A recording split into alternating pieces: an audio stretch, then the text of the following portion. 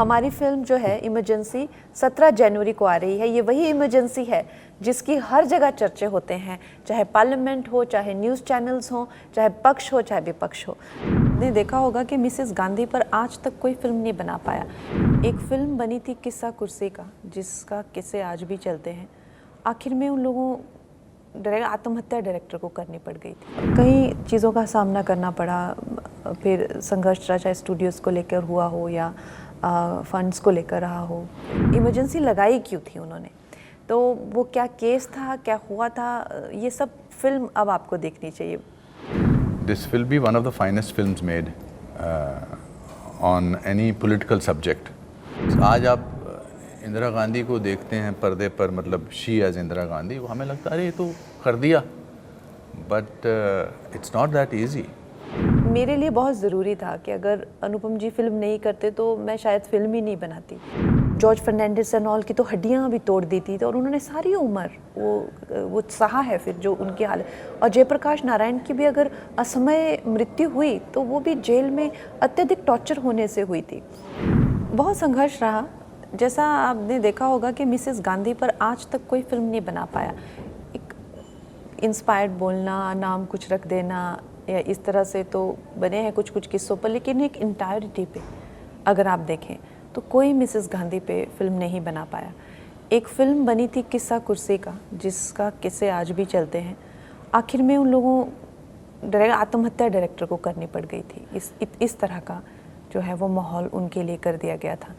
तो आज के दौर में भी एक तो सबसे पहले तो हिम्मत ही हमें तब आई क्योंकि अब जो है इस दौर में freedom of expression is there. और चाहे ठीक है, हमें ये फिल्म न जाने कितने समूहों को दिखानी पड़ी। ये फिल्म की हर चीज़, चाहे वो अगर आप देखें डॉक्यूमेंटेड हिस्ट्रीज़ हो, प्रमाण देना हो, कहाँ से है क्या सोर्स देना हो, वो हमने एक एक चीज़ पे हमारी फिल्म की स्क्रूटनी हुई है, एक एक चीज़ पे। उसको पार करते हुए, उसको लांघते हुए आज हम यहाँ पर आए हैं। तो we have lot of faith in our constitution, country और सेंसर बोर्ड, जिन्होंने आज हमें अलाउ किया है। And we are very happy and very eager to show the film to the world. Kanha ji, जब आप एज ए डायरेक्टर इस फिल्म को कर रहे हो, एज ए प्रोड्यूसर भी कर रहे हो, बहुत सारा पैसा लगता है। कोई फिल्म बनाना कोई खाने का काम तो है नहीं, ऐसा नहीं। और आपको ये सब अंदाज़ा था कि इस तरह की तकलीफ़ें हमको फेस करनी पड़ेगी या नहीं? मुझे इस बात का अंदाज़ा बिल्कुल नहीं था कि मुझे इमरजेंसी बनाते वक्त इतनी ज़्यादा, क्योंकि मेरी फिल्म्स जो हैं अगर आप देखें इससे पहले उसी बजट में मैंने बनाई है। एक बड़ी कंफर्टेबली जो है वो मेरी फिल्म उस बजट में बन जाती थी। और हमेशा मेरे प्रोड्यूसर्स रिलेटिवली न्यू हुए हैं। ऐसा तो नहीं कि मैंने कभी किसी स्टूडियो के साथ काम किया हो या तो मुझे लगा मैं कर लूँगी, थोड़ी मुशक्क़त होगी लेकिन बन जाएगी। लेकिन कई चीज़ों का सामना करना पड़ा, फिर संघर्ष रहा, चाहे स्टूडियोज़ को लेकर हुआ हो या फंड्स को लेकर रहा हो। तो इस तरह के कई, और सबसे बड़ी बात कि ये चीज़ को लेकर सबको हमेशा से कॉन्फिडेंस नहीं था कि ये फिल्म बना तो दें लेकिन क्या कभी रिलीज़ हो पाएगी कि नहीं। और ये भी था कि अब 24 इलेक्शंस तक ये बना पाएगी कि नहीं, फिर इलेक्शन के बाद क्या होता है क्या नहीं। तो ये इस करके ना ज़्यादा मुझे दिक्कतें आई। जो विरोधी स्वर उठते हैं उनका एक्सप्लेनेशन, अब तो सरकार भी ऐसा नहीं कि सरकार के विरोध से कोई फिल्म बना रहे हो या सरकार के पक्ष में कोई फिल्म बना रहे हो, आपका कोई एजेंडा ऐसा नहीं है। आप तो एक रियल कहानी दिखा रहे हो। आपकी फिल्म में एक ट्रेलर में हमने देखा डायलॉग है, राष्ट्रपति जी उसका विरोध कर रहे हैं। तो राष्ट्रपति जी को भी चैलेंज किया था ये रिसर्च टीम ने, रियल। हाँ बिल्कुल मतलब वो एक इंसान की जिद थी, इमरजेंसी एक प्रधानमंत्री की जिद थी या पर्सनल एक एजेंडा था, क्या था? थोड़ा सा जो ट्रेलर में दिख रहा मैं फिल्म एक्सप्लोर उस ये सब चीज़ें तो आप, मुझे लगता है फिल्म के लिए छोड़ देनी चाहिए आपको फिल्म देखनी चाहिए। तभी इंटायरिटी में अब बोलने का मतलब है नहीं। मैंने एक्चुअली ये फिल्म इसलिए बनाई है क्योंकि बहुत ज़्यादा इस बात को लेकर चर्चाएं होती हैं, हमारे पार्लियामेंट में भी होती है, बाकी सोशल मीडिया पे भी होती है कि वाकई में हुआ क्या था। और बहुत सारी चीज़ें जो है वो बोलने भी नहीं दी जाती हैं कि एक्चुअली में माजरा क्या है। उस पर भी बहुत कि इमरजेंसी लगाई क्यों थी उन्होंने, तो वो क्या केस था, क्या हुआ था, ये सब फिल्म अब आपको देखनी चाहिए।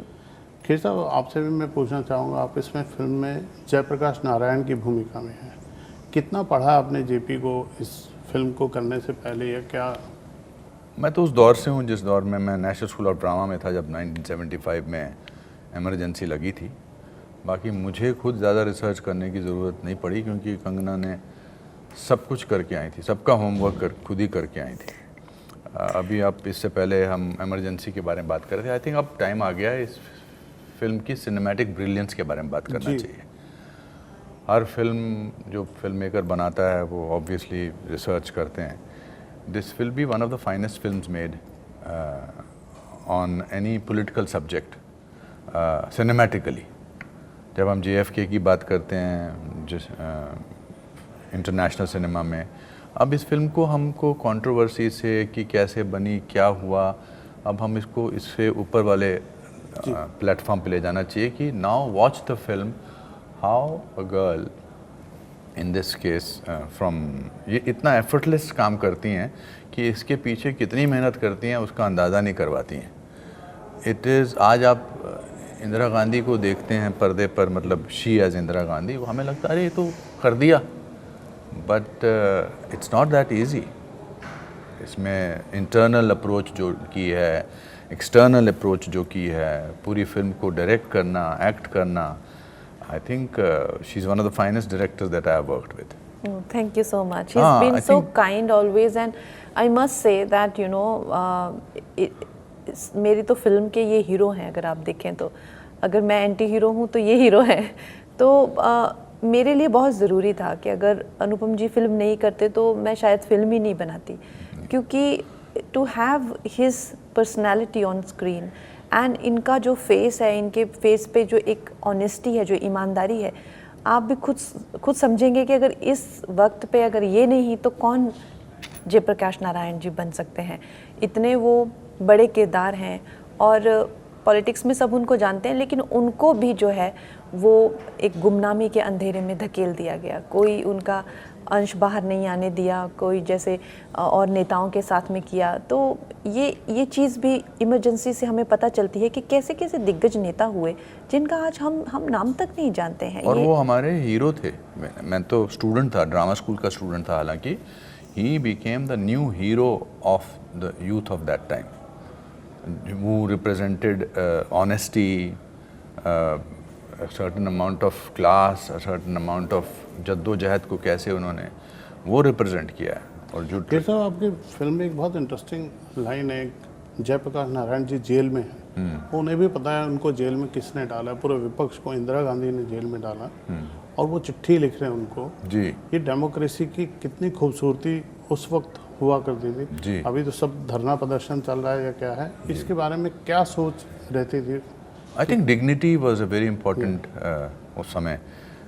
जिस डिग्निटी से जयप्रकाश नारायण जी ने इसको पूरे मुद्दे को उठाया था, या आई थिंक वो उनकी खुद की क्लास बताती थी। और आपको पता है ये वाकई में ये हमारे पास डॉक्यूमेंटेड लेटर है जयप्रकाश नारायण का, हमारे पास क्या, आपको अवेलेबल मिल जाएगा। उन्होंने इतना खूबसूरत लेटर प्रधानमंत्री जी को लिखा था। हम तो खैर वो इतने 8-9 पन्ने का नहीं बता सकते हैं, उन्होंने 8-9 पन्ने, उस टाइम पे वो बहुत लिखते थे ना, लेटर्स बहुत एक दूसरे को लिखते थे, लेकिन वो 8-9 पन्ने का लेटर पढ़ेंगे आप तो आपको इतनी हैरानी होगी कि इतने गंभीर जो स्थिति है, जो कि इनका ऐसा रिमांड हो रहा था उस टाइम पे। आप सोच सकते हैं कि जॉर्ज फर्नांडिस एंड ऑल की तो हड्डियां भी तोड़ दी थी, और उन्होंने सारी उम्र वो सहा है फिर जो उनकी हालत। और जयप्रकाश नारायण की भी अगर असमय मृत्यु हुई तो वो भी जेल में अत्यधिक टॉर्चर होने से हुई थी। तो उस वक्त पे इतना उनमें एक, आप समझिए कितना एक प्रधानमंत्री को लेकर और कॉन्स्टिट्यूशन को लेकर उनकी एक वो आप भावना समझिए। उन्होंने कितना सुंदर लेटर उनको लिखा है। शायद उन शब्दों को हम पूरा अगर आप तो आपकी आंखों में भी आंसू आ जाएगा कि उनको इतने अच्छे से समझा रहे हैं हर चीज़, और कहीं भी कोई भी कड़वाहट फिर भी नहीं आपको। तो इस तरह के वो महान व्यक्तित्व थे। आपकी लुक्स की भी बहुत तारीफ हो रही है, इतना अच्छा मेकअप, इतना अच्छा, आपने आवाज़ पे भी बहुत काम किया है। किसको इसका श्रेय देना चाहेंगे? क्या हमारे जो प्रोस्थेटिक आर्टिस्ट हैं डेविड, वो he is the right now the best in the world. उन्होंने डार्केस्ट आवर में उनको ऑस्कर अवार्ड्स मिला, गैरी ओल्डमैन की ट्रांसफॉर्मेशन जो चर्चिल में की। तो हमारी छोटा सा देश है, हमारे छोटे छोटे बजट होते हैं, इतनी बड़े लेवल पे हम लोग फिल्में बनाए नहीं सकते हैं, और ख़ासकर नए डायरेक्टर्स के लिए और भी मुश्किल होता है। और फिर पॉलिटिकल ड्रामा हो या एक, जैसे मैंने कहा, एक बूढ़ी औरत की कहानी, तो उसके लिए फिर और कम। लेकिन आई वुड से कि हमने किसी भी डिपार्टमेंट में कोई भी कसर नहीं छोड़ी है। दिस इज़, चाहे वो फोटोग्राफी हो, चाहे वो छोटी से छोटी चीज़ में, मतलब I have really got the best in the world for everything. चलिए, जो आपके फैंस ने इतना इंतज़ार किया, आप खुद बता दीजिए कब आ रही है फिल्म अभी फाइनली, और क्यों देखने जाएं? हमारी फिल्म जो है इमरजेंसी 17 जनवरी को आ रही है। ये वही इमरजेंसी है जिसकी हर जगह चर्चे होते हैं, चाहे पार्लियामेंट हो, चाहे न्यूज़ चैनल्स हो, चाहे पक्ष हो, चाहे विपक्ष हो। तो ये क्या माजरा था और क्या हुआ था और क्यों हुआ था और उसके बाद क्या हुआ, ये जानने के लिए 17 जनवरी को अपने परिवार के साथ जाएं। और 26 जनवरी के ही पहले का वीकेंड है, तो देश प्रेम की भावना को से भी आप ओतप्रोत हो जाएंगे जब ये फिल्म देखेंगे। खैर साहब, आप भी धन्यवाद। नहीं, मेरे हिसाब से ये ऐतिहासिक रूप से तो बहुत इम्पोर्टेंट फिल्म है ही, लेकिन सिनेमैटिक पॉइंट ऑफ व्यू से भी ये बहुत इम्पोर्टेंट फिल्म है। इन्होंने इससे पहले जितनी भी फिल्में की हैं, इनका काम हमेशा अच्छा रहा है। इस फिल्म में इन्होंने डायरेक्टर, एक्टर, हमसे भी जो काम निकलवाया है, और जो कलाकार इस समय यहाँ नहीं हैं, उनकी तरफ से भी बोलना चाहूँगा कि this is one of the finest films you will see this year. और इसकी शुरुआत आप 17 जनवरी से करिए। एमरजेंसी थिएटर्स में देश विदेश में ये फिल्म रिलीज़ हो रही है, ज़रूर देखिए।